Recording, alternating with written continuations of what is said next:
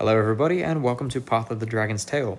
Today I've got a special video for you. I'm going to be taking you through the step-by-step process of how I created the 40 tetrahedron grid that I discovered earlier this week, and I posted a video of that on my Instagram.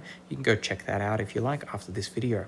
So I'm going to take you through the process, and we're going to start from the cube octahedron you see being developed on the screen in front of you, and we're using GeoGebra geometry to do this.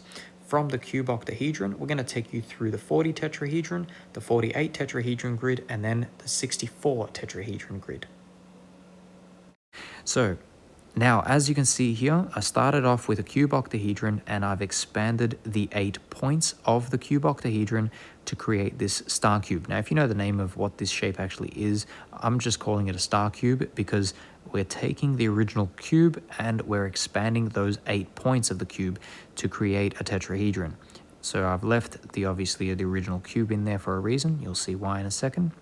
And I want you every now and then, just for the purpose of observation, I want you to pause the video and appreciate the geometry that comes out of some of these shapes. It's actually quite phenomenal how many different things we can see within these structures. And I'll show you something that I came across earlier. I've added a few extra lines here for you just so that you can observe that a little more and appreciate the levels and the layers within these structures. So what we're going to do here is we're going to take our original structure, so this shape here that you see on the screen, and I'm going to add 3 extra tetrahedrons to these star points, and this is going to give us a total of the 40 tetrahedrons that creates the 40 tetrahedron grid. Again, if you know the name of this structure once it's finished, please let me know. And so now we have our 40 tetrahedron grid. Again, if you know the name of it, please let me know. But there it is there. And this is the shape that I discovered earlier this week in relation to my work off of the cube octahedron. And I've been dying to put this thing together for so long. Now, what I didn't expect, and this was what I put in the Instagram video, was that Maltese cross right there, or the Templar cross, that was going to be formed by its silhouette. And you can see that 4-pointed diamond-like structure as well in the middle there. That has a little bit of significance too, but I won't get into that right now. I'll get into it a little later in the video. And now what I want you to pay close attention to is the 6 faces of our original square and our original cube octahedron that I mentioned earlier. Notice that the points line up with this smaller square that is now being formed on the outer layer.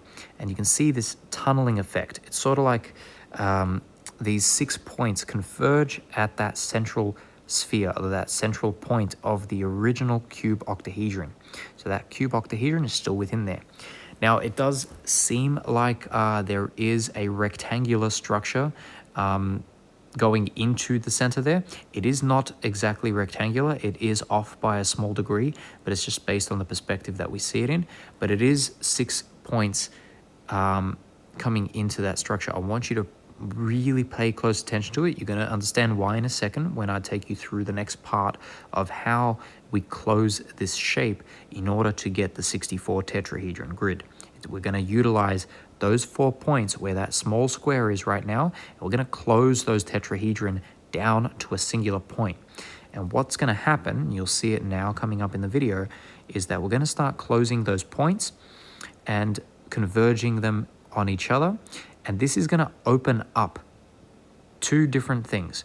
The first thing that it's going to open up is it's going to allow us a space to create another tetrahedron. And you're going to see me start putting it in around here. And these tetrahedron are going to now add an additional 8 to our 40. So our 40 now becomes 48. So now we have the 48 tetrahedral grid. And this 48 tetrahedral grid is the Merkaba structure, or the star tetrahedron that you see in a lot of spiritual practices, because it's not just a 2 tetrahedron interlocked. This is 48 tetrahedron that create this structure, and they create that tunneling effect with something else. And this is something you can't really see through this shape, but it is 6 octahedrons that actually form at the place of where we closed that square.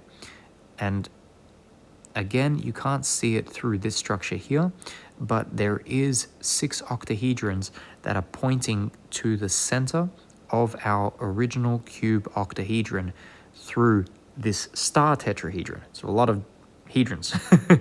So a lot of stuff going on here, guys. So again, as I said earlier, take a moment to pause the video every now and then and just observe the different silhouettes and the different geometry that come out of these shapes. Okay, and so from this point, we can create the 64 tetrahedron grid. So this grid, as some of you already know, this was coined by Nassim Haramein, and it's his three-dimensional modeling of the flower of life. So it's the three-dimensionalization of the flower of life itself, which is pretty cool in its own way. But now what I want you to pay close attention to is from the nodal point, that gold nodal point there of our Merkaba field that we created earlier through the 40 grid and then the 48 grid, we now get to the 64 grid by expanding from that nodal point. So we're seeding 3 tetrahedron out from that nodal point and then flopping them down to lock in with each other, as you can see it happening there. And by doing this, we're not only creating the 64 tetrahedron grid, but we're expanding from each structure. So we're taking, if you were to remember, we started with the cube, and the cube with its 8 tetrahedron created the cube octahedron. From those 8, we added another 8, which created our cube, and then our star cube, if you will. And then from there, we expanded from the point. From the 8 points, we expanded out 3. Okay, it's very important. We expanded 3.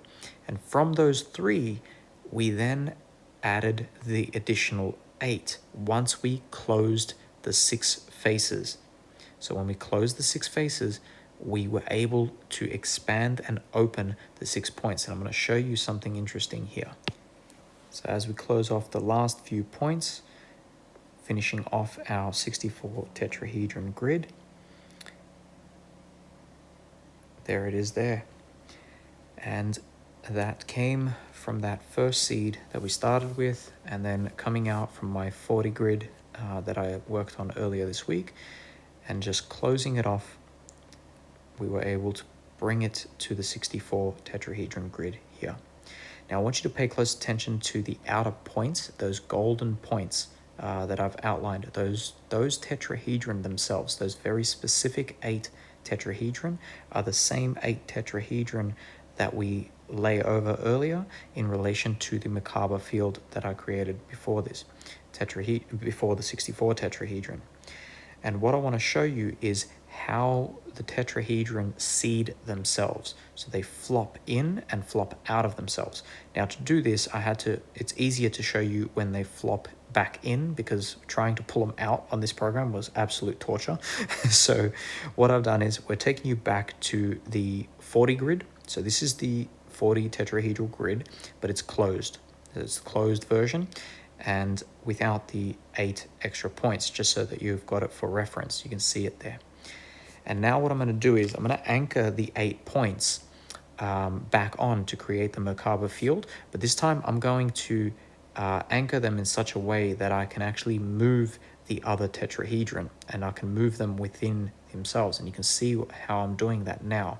I'm taking the 24 tetrahedrons that we created earlier on top of our little cube star, and I'm folding them back in to the original 8 tetrahedron that we lay on top of our original cube octahedron. So we're going back to 16.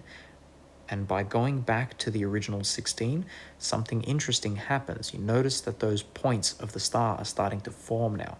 And so we've expanded our cube star. And this is why I called it the cube star, because when we flop those tetrahedron down, but by leaving the other one, we're stretching that tetrahedron field into itself. Now you can also say that it could also be a little straight point there too, like a little node. you can do it that way. But this program was able to do it in this manner, and it just shows you a completely different perspective of the 64 tetrahedron grid, because when we can flop those tetrahedron back within themselves, we create this structure. And that concludes our video for you today. So I hope you enjoyed the content, everyone. If you did, make sure you hit that like button. And if you want to see more of this content, don't forget to hit the subscribe button. I'll be popping up a follow-up video on this shortly, so stay tuned for that one, where I'll go into a little more detail about the information within the structure. And that is where I will leave you. So again, thank you for watching, and I'll see you in the next video. Have a good week. Bye for now.